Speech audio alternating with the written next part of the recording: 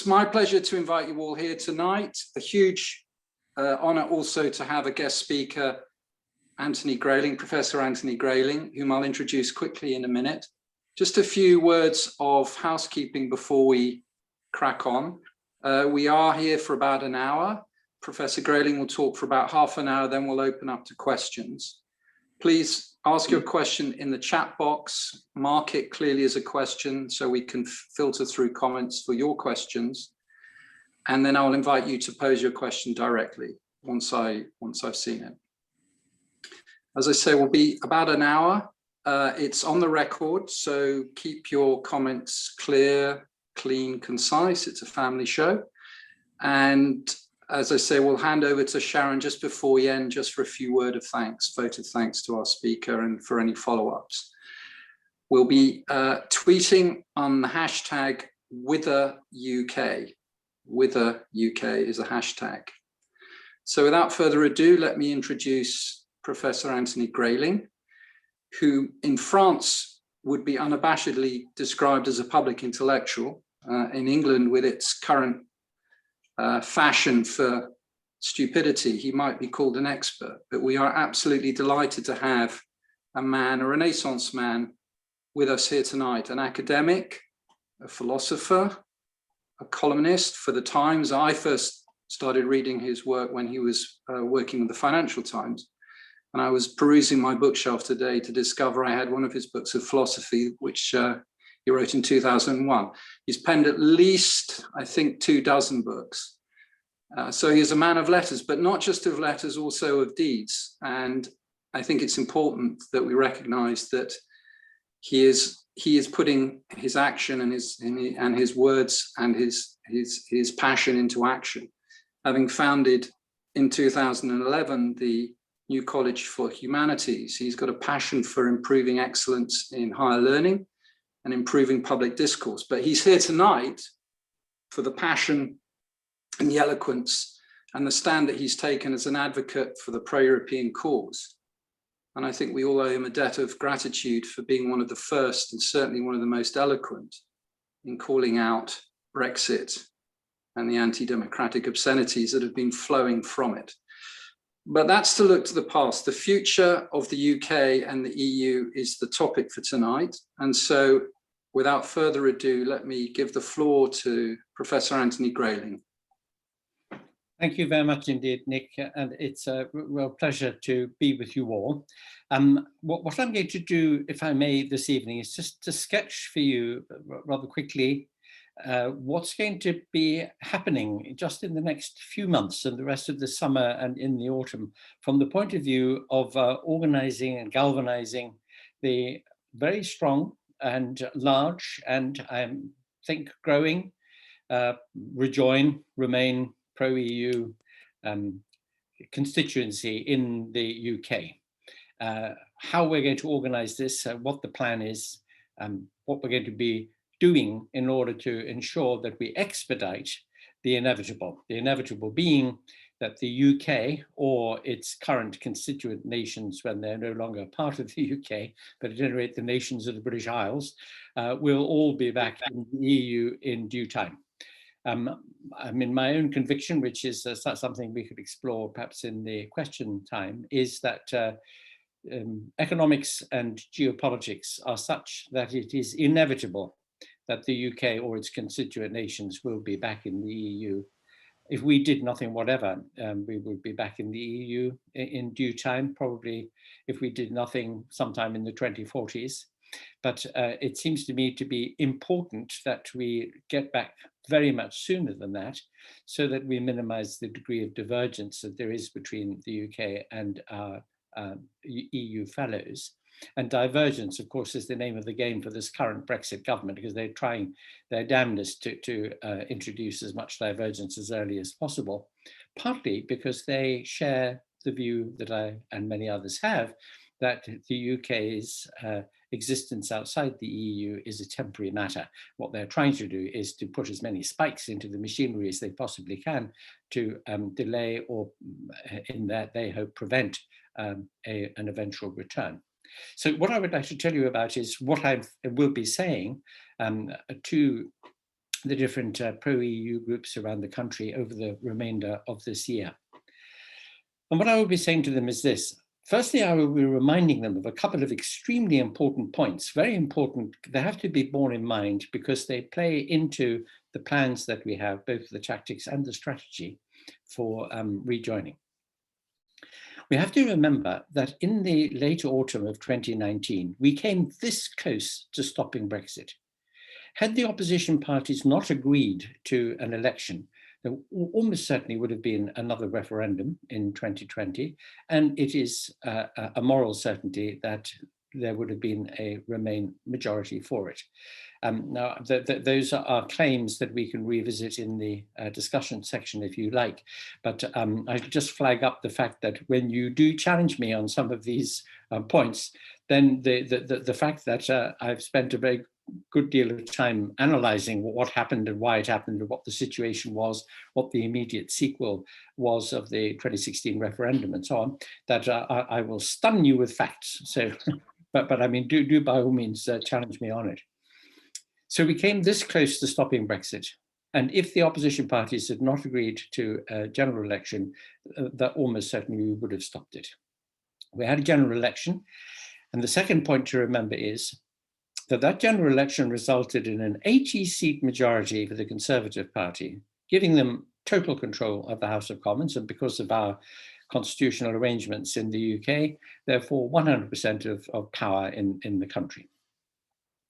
That 80-seat majority was achieved on 43% of actual votes cast, representing just under 29% of the total electorate.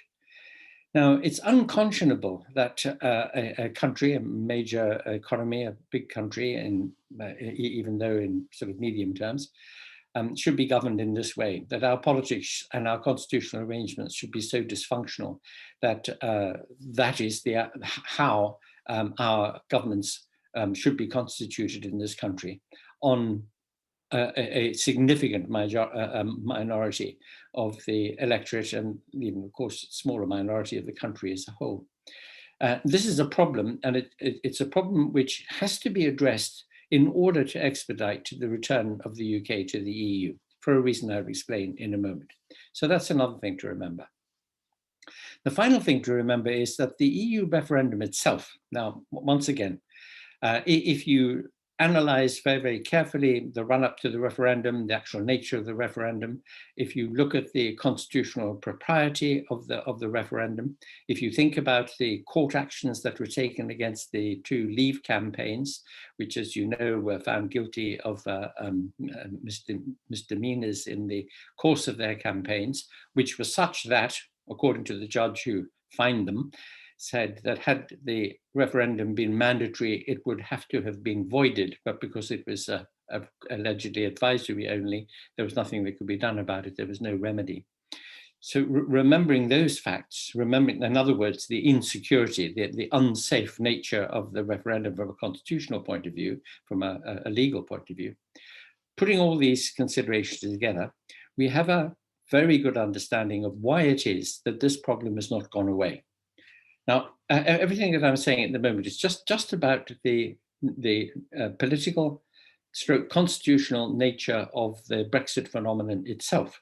This is quite independent of the fact that in the period since 2016, and most dramatically since the 1st of January 2021, the impact of Brexit on the economy, on the city, on financial services, on various sectors of the economy, like farming, like the fisheries, the very, very difficult and tricky situation regarding Northern Ireland. In all sorts of ways, we've seen that the impact of Brexit has been extremely negative. Those impacts one could put alongside the insecurity of the Brexit phenomenon as a political constitutional matter, and we can see both, therefore, feeding into this picture, the overall picture of the instability of Brexit as a long-term option for the UK. One reason, therefore, why one could be much more confident than not about the fact that there is likely to be a return at some point in the future. And I iterate the point that the sooner it happens, of course, the better, because of the divergence issue. So we remember all those things. We've got to keep them in mind because they, as I say, they feed into the plans that need to be executed to ensure that we try to get back into the EU as quickly as possible. And those plans are as follows. The very, very first step that we need to take is we have to address the question of the nature of our electoral politics in the UK. The first past the post or plurality voting system that we have yields these very distorted outcomes of the kind that I've just described.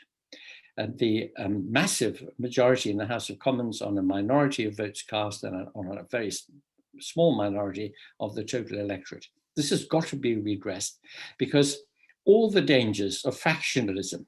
Now, for your bedtime reading tonight, I suggest very easily accessible on the internet, by the way, Federalist Paper number 10 by James Madison, who pointed out with very great clarity and eloquence the dangers of factionalism or party politics.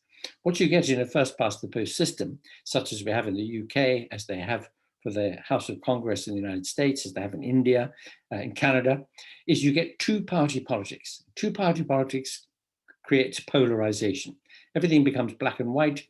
Political debate becomes sloganized. You get deep divisions in the society. And when there are very important matters, such as the Brexit phenomenon, you get extremely deep divisions in society. And a lot of unfortunate consequences flow from that, as we have seen. So we have to do something about our electoral system, because if we were able to get a proportional electoral system, a much more balanced parliament, which reflects the greater diversity of preferences and opinions in the country, we would have an opportunity then to get a parliament of that character to put the question back to the people about our relationship with Europe.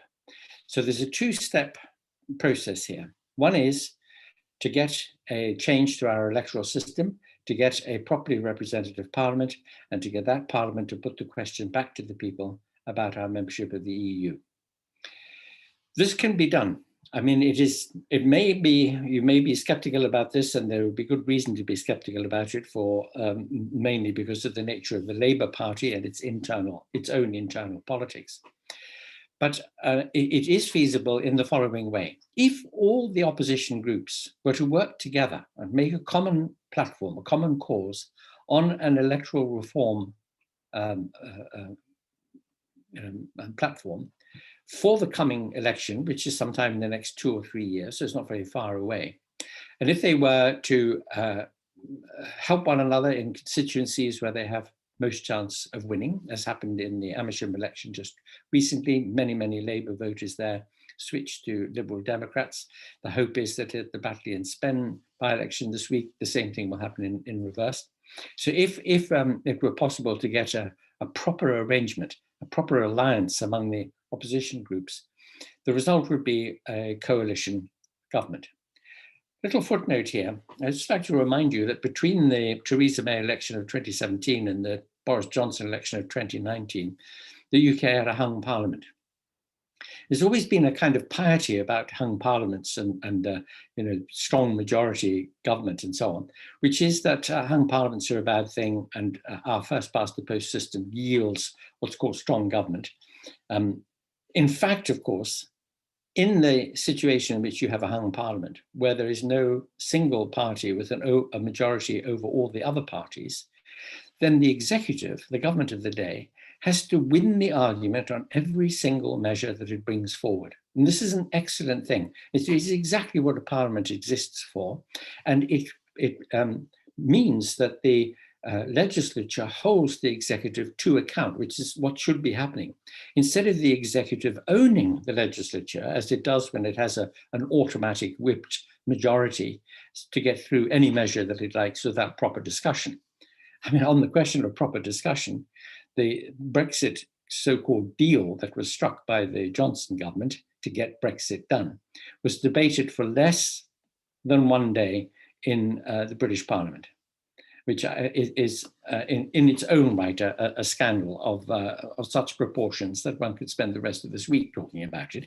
Less time was spent discussing the Brexit deal than was spent discussing Prince Philip's funeral in the House of Commons. So you can see that there are many advantages in hung parliaments or in no overall majority parliaments where coalition government has to be arrived at. Those of you who have been observing the process in the Netherlands just recently, the formation of a new government there, taking months and months. It happens in a number of places in Europe. That is a very, very good thing, because in the long run, it means that what happens in government happens because some degree, at any rate, of consensus is reached over those elements of policy, of public policy, which command enough agreement to be enacted. It's a very, very moderating influence. It drains politics out of government to some extent. Some people argue that it destabilizes government, but in fact, government is a function, and it's not a function which should be owned by a single political party. So one party government is something that is produced by first past the post voting, and we have seen that this has proved to be very undesirable in all the circumstances in which it occurs. The divisiveness in the US between Democrats and Republicans, the divisiveness in the UK between Conservatives, and the very divided centre-left opposition in this country, which has given Conservative government the majority ownership, really, of the levers of power for the last century or more. So electoral reform is a very crucial first step. We need to get a properly representative parliament, because a properly representative parliament is going to be much, much more inclined, given the sentiment among not Labour Party leadership or Liberal Democrat Party leadership, but among the membership of those two parties, and among the leaderships and memberships of the Green Party, Plaid, SNP, that these groupings would be much, much more inclined, indeed very sympathetic to the demand that there should be another go at the question of UK membership of the EU. So electoral reform, putting the question back to the people. Now, in order to do that, we don't have a political culture in the UK which naturally lends itself to citizen groups being able to persuade political parties to work together. There's no problem about Greens and Plaid and Liberal Democrats and so on working together. They've already agreed to do so and to have a common platform for the coming election. The problem is the Labour Party. Now, I speak as somebody who was a Labour Party member until a sufficient degree of irritation resulted in damage to my membership card. But the Labour Party, I much regret to say, which is an extremely uncomfortable internal coalition between what is in fact a social democratic wing and several rather acidulous further left wing groups. It's a very uneasy internal coalition, as a result of which it's a very sclerotic institution. Any of those of you who have ever belonged to a Labour Party constituency party will know that, well, Monty Python, was too kind when it came to the Judean People's Front and the People's Front of Judea for the internecine, hatred and bitterness and arguments and quarrels that happen inside Labour, which makes it almost incapable of taking imaginative decisions. Keir Starmer, who's a very, very decent and honourable person, I know him, and he's my local MP and so on, seems in not able to take the bold step of saying, we need a progressive alliance because we've got to get this Conservative government. It's hardly a Conservative government. In fact, it has exactly the policies, quite publicly enacting the policies which the BNP campaigned on back in the 1970s. Exactly the same, immigrants and get out of the EU and have a stronger military and all that. It's a neo-conservative party. It's not the Conservative Party of Dominic Grieve and Anna Soubry and Kenneth Clarke. It's a different animal altogether. But it's so important to get it out. Well, that is a party political point that I shouldn't really be making in a speech like this. But the important point is that from the Labour perspective, their very best hope, now that there's no chance of them being able to get a majority in their own right in the House of Commons, is to be the lead party in a coalition. And they should be bold and imaginative, and they should do it. So the task for pro-EU folk in the UK is to work at getting the Labour Party to agree to join with all the other parties in an electoral alliance for proportional representation and the possibility of another say on Europe. So the focus has to be on citizen groups.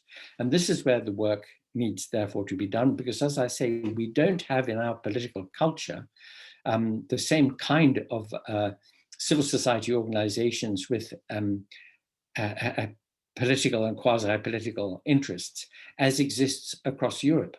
I mean, this is something which in the UK people have been blind to for a very long time, thinking that it's only the Brussels bubble which does things in Europe.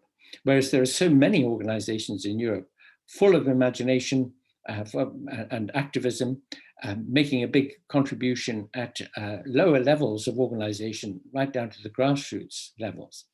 And one in particular, and I declare an interest here because I'm a member of the board of this organization, is the Alliance for Europe. And one of the things that the Alliance for Europe does is it runs the hub for civic activism.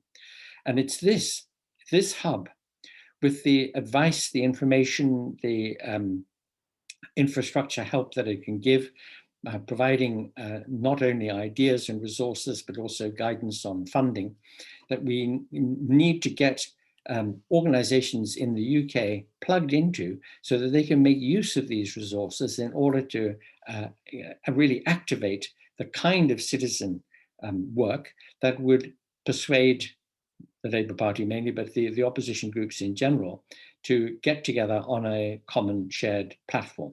It has to come from citizen groups because the hierarchies and organizations of the opposition parties, and especially the Labour Party, are in themselves too introverted and too locked in their procedures and conferences and what have you. They're like oil tankers that would take, days and days to turn around at sea. So it has to be citizen action that does it. And therefore the focus has to be on getting this activism motivated. So we have a lot of optimism here about how we can get citizen groups to do this.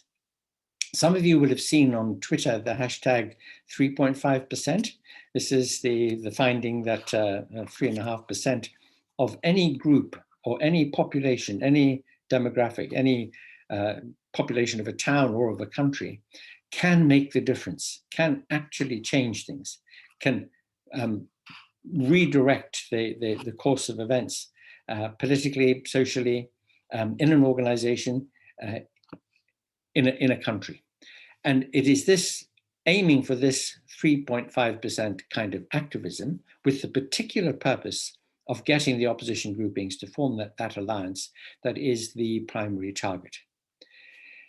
In a kind of ideal, sort of dream situation, this would happen in time for the next election. The next election would result in a coalition government. That coalition government would put the question back to the people in the first year or 18 months of office, and with a positive pro-EU answer, and look at the consistent polling that we've had for months now, and our own, the work that we do in the What Next group gives us a very great deal of confidence that when it came down to it, if there was another referendum now, and the don't knows begin to sharpen up, if we win the argument on giving everybody a voice who has a stake, so everybody who's going to be affected by the vote being able to have their say in the vote, that there would be a comfortable majority for rejoining the EU.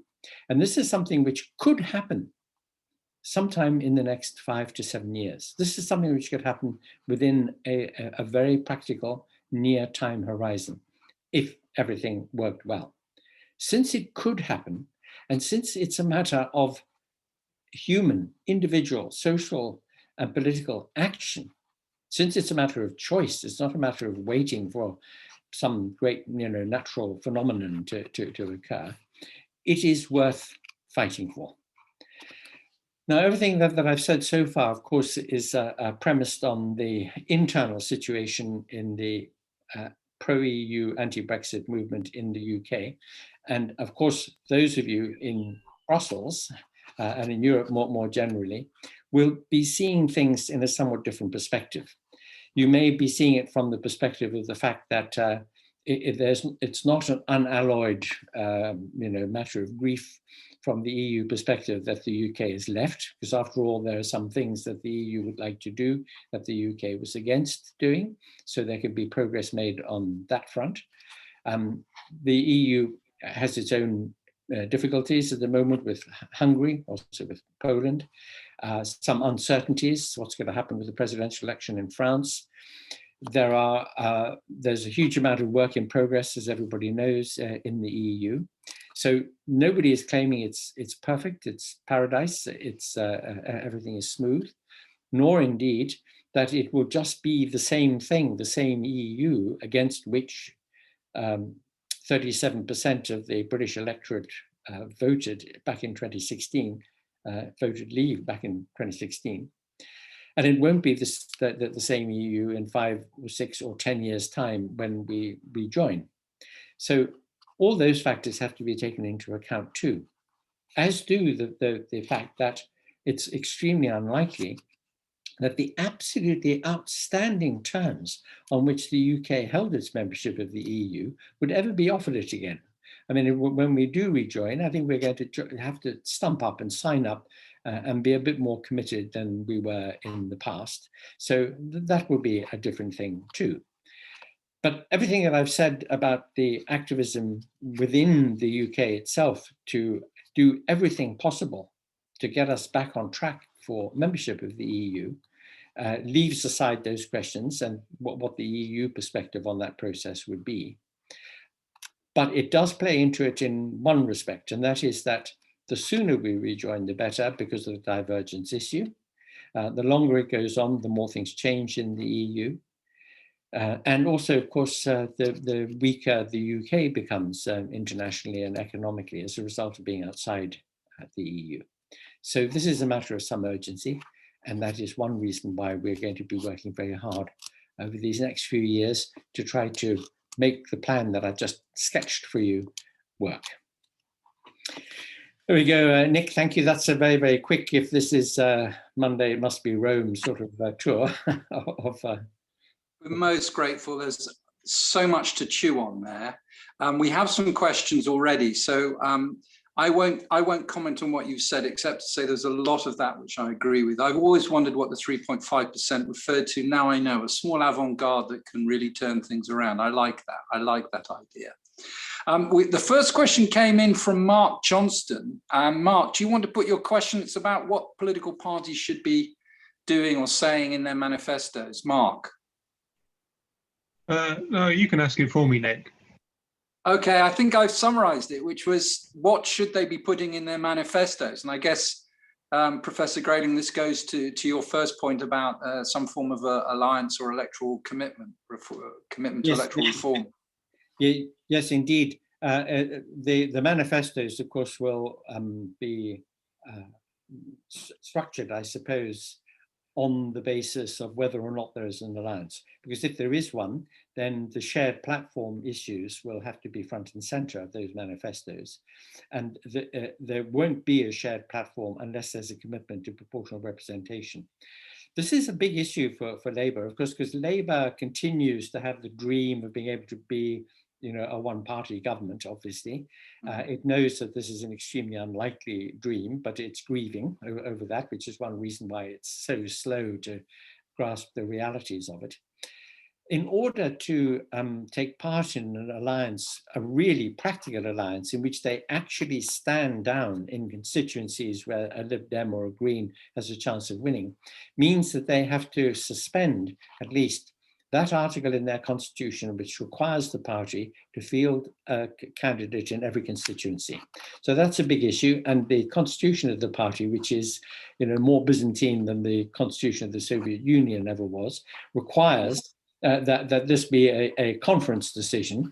So you can see how, again, I use the word sclerotic. There isn't a better word to describe the processes there, which is again why the Labour Party needs some really robust, bold, fresh, leadership. It needs a real, leader to grab it by the scruff of the neck and to move it on, because itself is one of the big problems in British politics at the moment, because British political culture is its own worst enemy and the worst enemy of the country itself, and we've seen that. So if there were an alliance, then the manifesto should certainly have that, would have that, and it should have a pledge to revisit the question of the European membership. It should say, we've now looked at the facts, we've seen the impact, we've learned a lot more. A lot of people, have formed opinions, fresh new opinions, different opinions, or had their opinions reaffirmed, for or against. Let us put the question back. That's a sensible thing to do. And that should be in the manifestos too.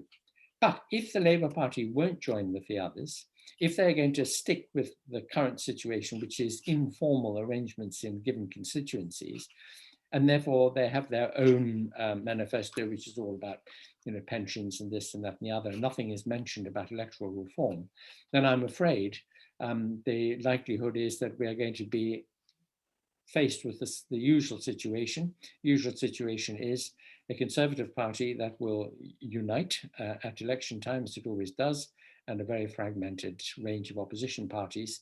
And we will be in great danger of being back in the hands of an administration which I'm afraid has not covered itself in glory since it came to office. Thank you very much for that. We have a question from one of our lot. Hector, your question on Scotland. Yes, I know that you came out against Scottish independence in 2014, and I wonder if you don't now consider that, were that to happen, it would constitute the sort of electroshock that might be needed. Oh, I agree with you absolutely. I've completely changed my mind on Scottish independence. I'm now very pro. My reason for having been pro the union, not a unionist in the DUP sense, but for wanting to keep the UK together, is that I have two English grandparents, one Scottish grandparent and one Welsh grandparent.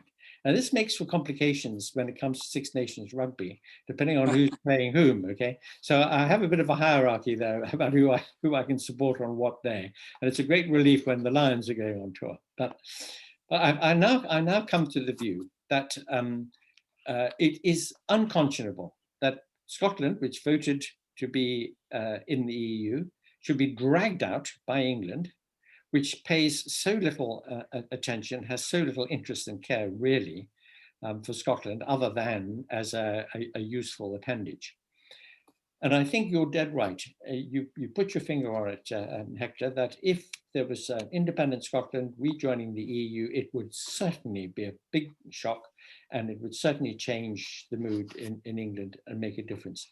And really, the ideal future is that the nations of the British Isles, the Scots, the English, the Welsh, the Irish, all of them as members of the EU, we have no borders, we have no problems, and yet we can have what was, always a very important thought in EU thinking, especially a couple of decades ago, about subsidiarity, about Europe of the regions, about more local government closer to the people.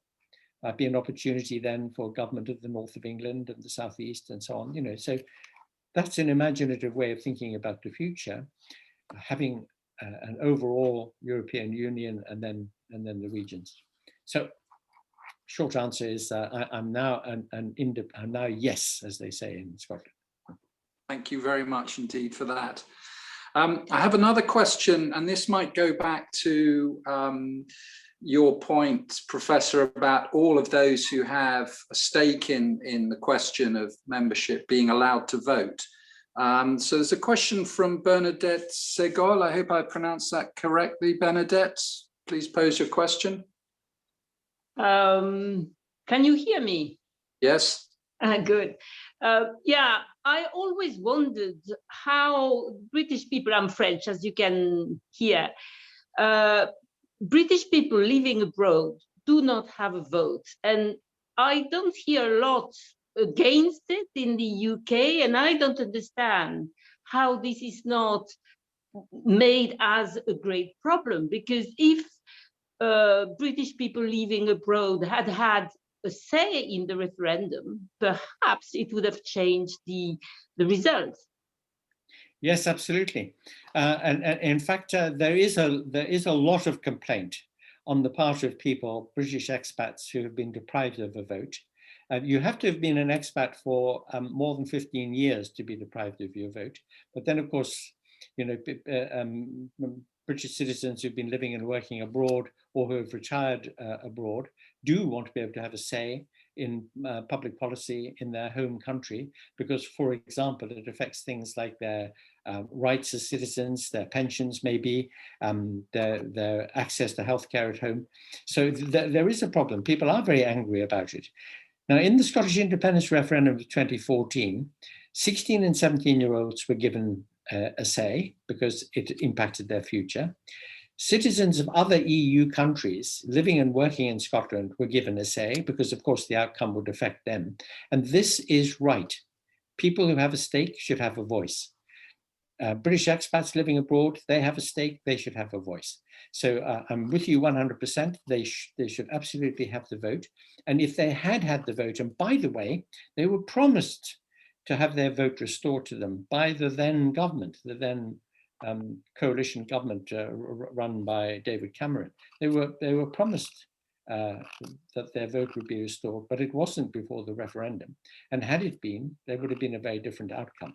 So there would have been, if 16, 17-year-olds had been allowed to vote, these, by the way, for home folk, 16, 17-year-olds are A-level students, and their future is imminent in being affected by what decisions are made politically. So of course they should have a voice. And EU citizens living in the UK, married to British citizens, bringing their children up there, contributing to the UK economy, of course they should have had a voice. They were all excluded, which is why the artificially restricted franchise for the referendum is yet another distorting factor in the referendum. Thank you for that. I fully agree with that. I mean, I've been amazed at how the referendum sort of fiddle and fudge has been sort of wafted through by so many in the UK. I have a question here from Jack Hanning, and it goes to the strategy of tying electoral reform with a return to the EU. So Jack, please pose your question.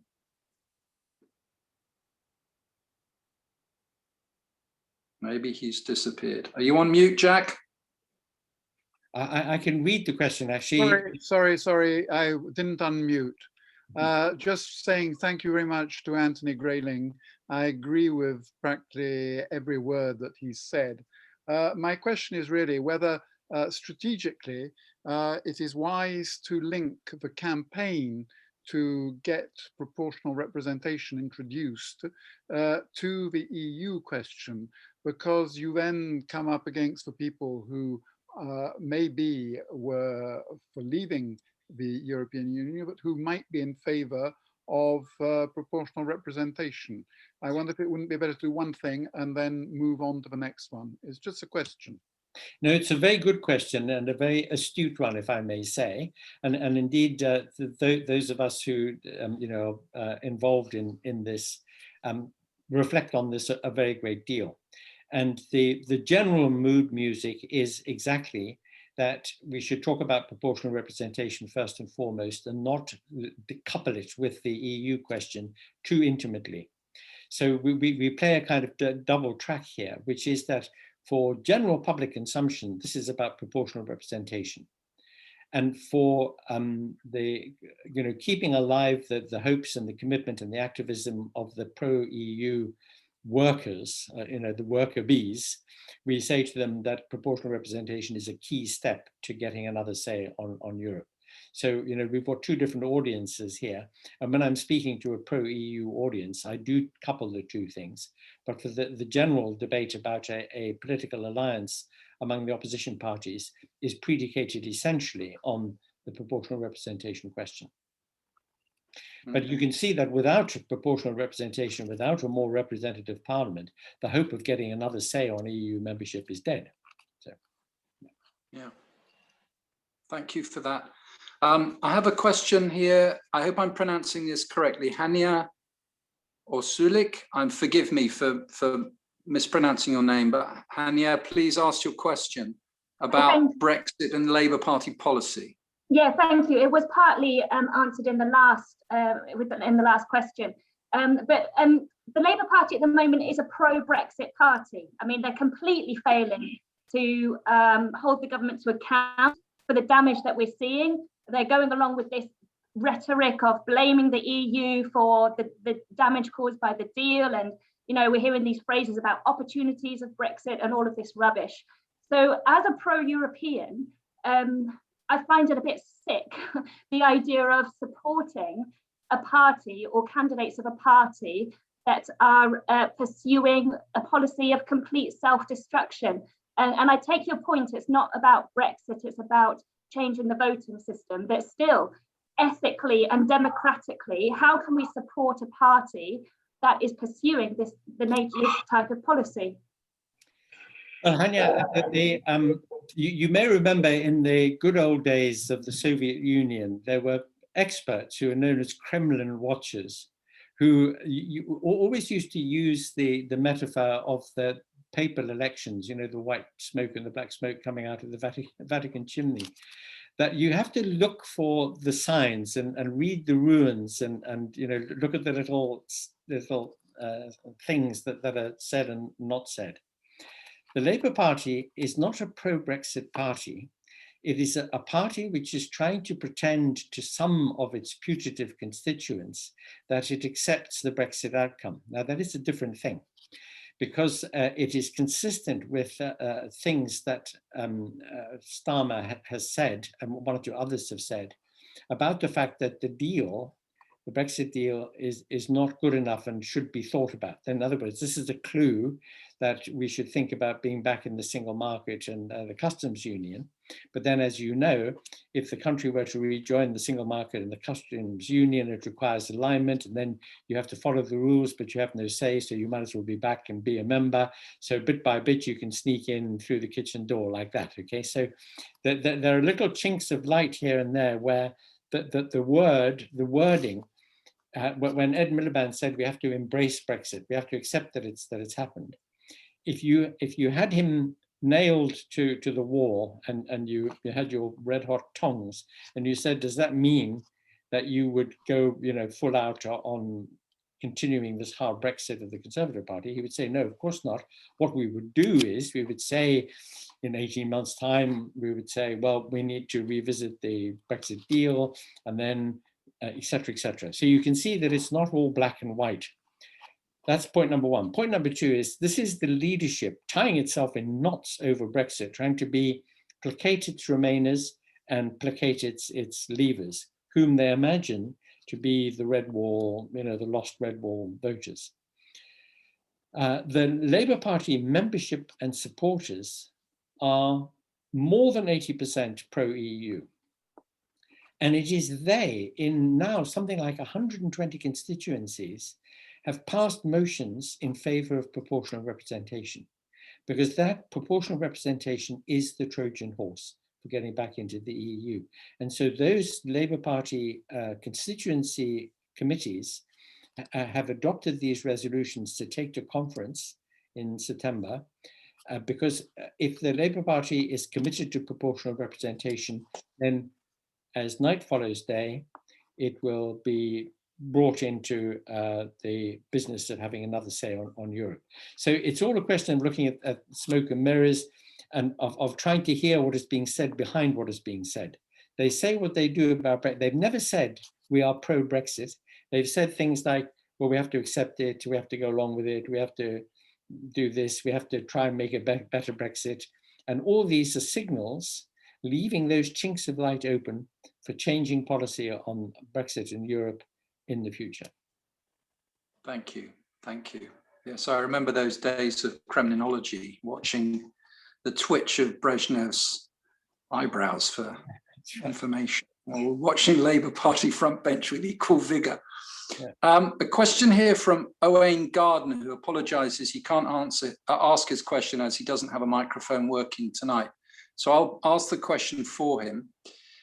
could the promise of a federal Britain of the kind Gordon Brown has been suggesting make a progressive alliance across the UK's 4 nations, thereby enabling a coalition government, which could deliver PR? Yes, it's a very interesting suggestion, this one, but in a number of interesting ways, it's a different kind of progressive alliance suggestion, because the way things stand at the moment, Northern Ireland, Scotland, and Wales, and of course Scotland is the big player in that trilogy, have no veto over what happens in Westminster. They've got no real power to restrain what happens in Westminster. Westminster has a real grip on the UK arrangements. And a federal Britain would be one in which a very definite, explicit set of constitutional arrangements existed, in which something like Brexit would not have been able to happen if Northern Ireland and Scotland had voted against it. And it's that kind of thing, I think, that Gordon Brown has in mind. He also, therefore, I think, has in mind a sort of longer term strategy, which is that if a federal arrangement were entered into, that would be a different route back into the EU, because federated components of the federation could argue that they want a closer relationship with the EU or be back in the EU, and they could oblige the rest of the federation to revisit the question again. So this is a very different way of doing it. It's extremely unlikely to happen from this end of the funnel, so to speak, because the English Conservatives are going to be extremely reluctant to give up their grip on power. It's too easy for them to get power under the current arrangements. They can run everything from their point of view. They can deny Scotland and Northern Ireland and Wales a bigger voice and more independence. So it's extremely unlikely that it's going to come before a different kind of progressive alliance changes our constitutional arrangements. A federal arrangement could be a sort of long-term possibility, and it may be a federation not of 4 entities but of 6 if England itself becomes North, South, Midlands. That's not impossible. After all, don't forget that conversations about autonomy for the north of England have been held for a very long time, and conversations which are very much on the margins, remember UKIP in the 1980s, okay, suddenly become mainstream when historical circumstances change. So there are prospects for a kind of federal arrangement, but I don't think that it's anywhere near as likely or as practicable now as the straightforward progressive alliance idea that we've been discussing this evening. Thank you very much for that. We have another question from one of our stalwart supporters, Nigel Clark, and it sort of goes back to the question of a Labour Party moving closer to a pro-EU policy. Nigel.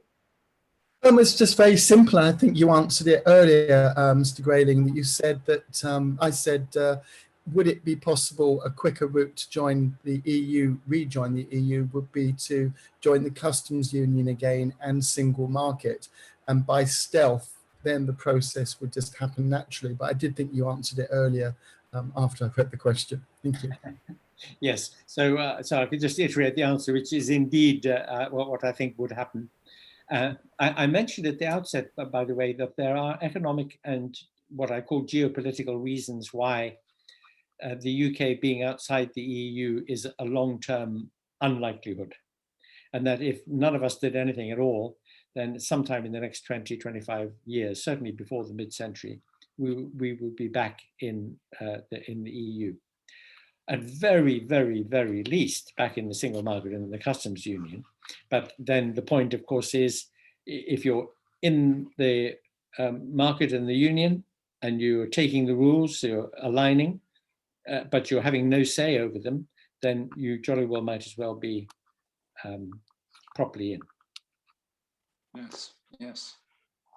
We're drawing to a close. We have about another 10 minutes. There are still quite a few questions. I'm just going to ask two final ones, and then I'll pass on to Sharon, if I may.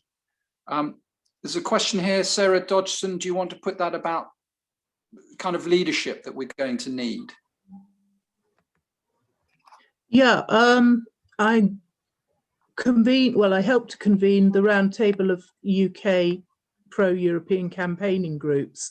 And this question of leadership comes up again. And I just thought I would ask what either Professor Grayling or the What Next for Brexit group felt was the kind of leadership we should be seeking. This is an enormous task of changing UK society, and the kind of public intellectual that he's spoken of as being about and that we seek in these citizens groups is not quite so respected in this country nowadays. How does he see, what sort of leadership should we be looking for citizen groups, bearing in mind there is a growing popularist pro-Remain movement coming along? Well, look, it's a very interesting question and a very good one. And it's a very important issue, that this business about a leader and a leadership. Absolutely nobody springs immediately to mind in the current political pantheon, if it can be called that, in the UK, who has the smarts, the charisma, the track record, and what, from our pro-Remain point of view, is the right attitude to things. Nobody leaps out. But if there were anybody at all who could have that come even close to that, it would be the person who is the one and only Green MP in the House of Commons. Caroline Lucas. Yeah, and so she has exactly the right kinds of persona and credentials and eloquence and quickness of foot, and also the sort of political ideological purity in a way, because being a member of the Green Party means that she hasn't ever sullied her hands in office, or so far at any rate. But I don't even know that Caroline is herself keen to do it, and she's not so salient, not so obvious, that it settles the question. So we have a problem. I don't know what people in this group think, who they would choose or be happy to see come back. Gordon Brown, or I don't know, there are people who are now saying, like Andrew Adonis is saying, that Tony Blair should come back, but he's so toxic for some people. The other people admire him. What about people like Dominic Grieve or Ken Clarke? Michael Heseltine has been doing a very great deal for the European movement recently, very outspoken on this. But are these has-beens? Are they shop-worn? Are they past their sell-by date? I mean, what cliche can one use to try and see where they fit in the matrix of things? But the real importance of your question, Sarah, is that we do need a leadership, a leadership group and a spokesperson, a leader, somebody who is credible and who has all the right things at the moment. Unfortunately, we live in an age where people have to be telegenic.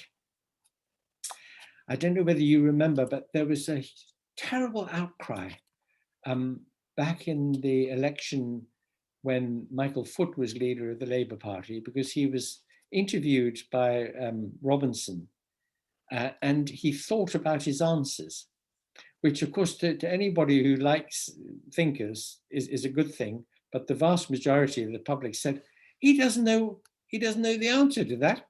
Glibness and being telegenic and quick on your feet and what have you. So you have to find somebody who can play that game as well as have the real content, the real substance which is required. Nobody stands out at the moment. Mm-hmm. Thank you for that. Okay, last question here, Eva, on the kind of UK we would need to be to rejoin. So Eva, if I pronounce your name correctly. Yes, thank you.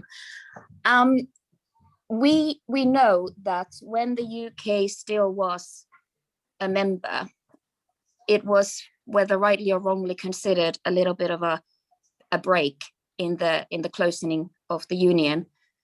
And some side with relief when the UK left, because some areas of EU policy could go further. We're talking, for example, army and defense and so forth. Now, we've talked this evening about party politics and electoral systems. And that then brings to mind that what would the forces be that would bring the UK back? And would those forces be pro-union, pro ever closening the union forces, or would they join the forces that serve to create fractions at the moment, unfortunately? Thank you. Okay, well, there are two components to your question there. I think the period in which the UK is outside the EU is going to be a very educative period for people in the UK. Waking up to the fact that leaving the EU is not to go back to the days of empire. You know, the whole problem that the UK has suffered from for decades now is, you know, we've lost an empire, but we haven't found a role. What are we? What direction should we be looking in? Who should we be linking up to, if anybody? How we reconfigure ourselves? It's a question of sort of identity, geopolitical, international identity. And it's what one can sympathize, you know, with, think of Russia, for example.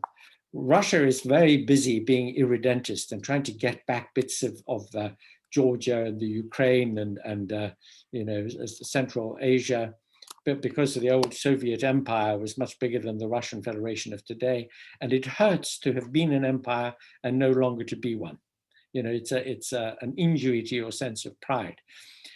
But having been in the EU, having flourished as a result, I mean, I point out to people that the UK was in terrible trouble in the 1970s when it joined the EU, and it has flourished as a member of the EU, and it is now, you know, going back down the pan again because it's outside and our supermarkets have got empty shelves and, you know, all those sorts of problems. It will be very educative. It will be very chastening. The UK might at long last shed some of its illusions about itself, about its British exceptionalism and so on, and be better prepared to listen to the grown-up conversation that the EU has with itself about the way forward. So the second component of your question is, what would the UK have to be and what forces within it? They would be the forces of saying, we've got to grow up, wake up, you know, see the new realities, and put our shoulder to the wheel on this endeavor. The first part of the question, which is, well, what does the UK have to be in order to be fit to be an EU member again? Well, interestingly enough, I had the conversation about this with Guy Verhofstadt just about 10 days ago, because I said to him, if you look at the kinds of standards that the EU sets for itself, the sorts of standards which are being failed in Hungary at the moment, for example, on inclusiveness and you know, gay rights and so forth. Surely these standards also apply to the level of democratic quality. Now, the UK was the only member of the EU which had this very undemocratic electoral system, a very distorting electoral system and a very unclear, muddy constitutional arrangements, which are really not up to standard. They're not fit for purpose, and we've seen the trouble that they've caused. And I wanted to plant the idea in Guy's mind, and anybody who's interested in EU institutions, that readmitting the UK to the UK would have to pass some constitutional tests. Now, one of them will have to be the adequacy of its electoral system, because it's utterly inadequate at the moment. So it's a question of standards. It's not just food standards. It's not just standards, employment rights standards and so on, which are all incredibly valuable things of the EU, but it's standards across the board, constitutionally speaking. So that really is an important point. That's very, very fascinating. My personal thanks to you, Professor Grayling. I'm going to pass on to Sharon as we are coming to a close to just offer a few last remarks and a vote of thanks. So Sharon, I pass on to you, but my personal thanks to you, Professor Grayling. We hope to keep in touch with you a lot. Absolutely. Yeah, thank you very much. I think that we all agree very much with what you're saying. Full support for moving to proportional representation, and certainly from Pro Europa, we will be doing our utmost to help move that debate forward. I think that Eva made a very strong point, which is that the UK needs to be constitutionally, electorally, morally suitable to re-become a member. I'd also like to come back to the point that Jack Hanning made, which is in order to get the proportional representation, which really is a vital, vital part to getting back to getting a good democracy in the UK, we may have to not necessarily link it to rejoining the EU. I think that we need to explain it for its own value with the Make Votes Matter, with people wanted to take back control. I mean, even a federal Britain. I mean, if people want control from their area, then they need to have a closer link to their politicians. When you talked about leaders, it was funny because I was thinking the same thing. I was thinking about Caroline Lucas. And Caroline Lucas is somebody that, you know, I didn't always like what she said when she was an MEP. But frankly, in British politics, I think she's absolutely outstanding. And then you might even look at a lesson from the EU, which is that very often it's like a Luxembourger who will be the president because people want a small country or a small party to be the one that's in control because then they don't have too much power. So maybe there could be a chance that instead of Labour or Conservative, or even Lib Dem, but certainly not Labour or Conservative, you need to have a kind of honest broker, if you want to put it that way, and someone who's going to be standing for the future. And then when we were talking about as well having a progressive alliance, I wonder whether we shouldn't call it a democratic alliance, because actually what we're talking about is restoring and renewing the democracy that we have in the UK. And the word progressive may put off some constituencies in the UK, much as I like that word. But you know, that's something. So I wonder whether we shouldn't call it a democratic alliance, because it is about restoring democracy in the UK. Anyway, those were some thoughts following what you've said. It's been great to have you with us, and I want to encourage everybody who's on the call to keep in touch, get active with Pro Europa. We are working very closely. Sarah Dodgson rightly raised the roundtable in the UK. We're a member of that roundtable. We are extremely grateful to be a member of that roundtable, and we have full support to all of those groups, citizen groups, that are coming together and trying to figure out how to make our voice, as I would say the neglected majority who have seen the British society kind of political system just failing us, how our neglected majority can take back control and move forward. So yeah, thank you very much. And all who are on the call, do keep in touch with us. And Professor Grayling, please keep in touch. We will keep in touch with you. And yeah, we look forward to being part, our little tiny bit of that movement, which is going to push the change which is needed in the UK to make the UK worthy to become an EU. But that's not the main objective. The main objective is to make the UK proud and proper and decent again. Anyway, sorry, I got a bit carried away. Thank you very much. Thank you.